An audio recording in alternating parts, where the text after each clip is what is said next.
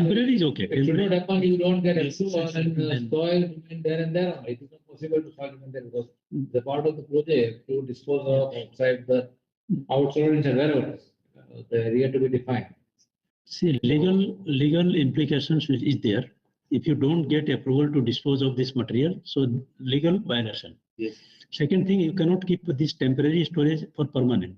So you must have it.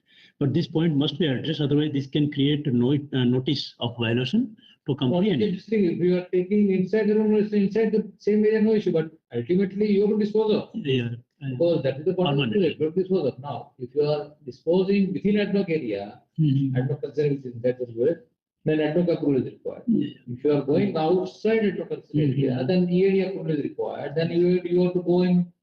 Maybe you have to go in another approvals. EAD approval is like you have to prepare EIA and so many other I planning. think we have to take one recommendation. No, but either you identify the area, just ask them, either they identify the area for disposal. Because all you have started activities and you have not done anything. Yeah. Okay, I think better you can get clarification. Yesterday he was saying he have got a waste management plan, and in the waste management plan they have put it. This is also one of the waste. But I know because when they're preparing scope work, I was involved in it. So this one is putting And the. it's big quantity, not a small quantity. Tons and tons, yeah. Tons and tons of trucks, so many trucks. Yeah, if it is a small quantity, I will take my horn. Dispose of anywhere. So this is all restricted area. In the west or outside west, all restricted area. Yeah. You cannot dump it. Yeah. So wooden piece or something, you can dump it somewhere and go. But this is like big trucks and trucks of soil, which is not normal soil. It is contaminated because why contaminated? You have next to it, you have so many refined within pipelines and so on. So definitely the soil will be having some oil traces or something. Possible.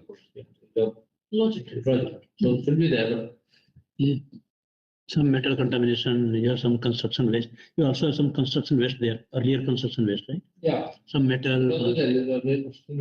Yeah. So this is not a virgin soil. So this is contaminated soil.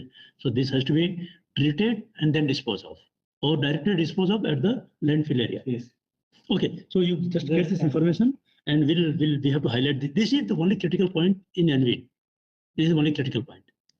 Otherwise, I don't have any issue because this is only you are putting soil at somewhere and there's you are building the fence and roads. And there can't be any. Yeah, the small issues are there. Use of diesel, use of vehicle, use of fugitive emissions are there. Dust emissions are a small issue. That is temporary issue. Temporary. But that is permanent. It's permanent. Technically, it's not only the social also coming in. Both sides. Yeah. Silver and environment. Yeah. Okay, guys. I believe people are able to relate what Paresh is highlighting. Okay.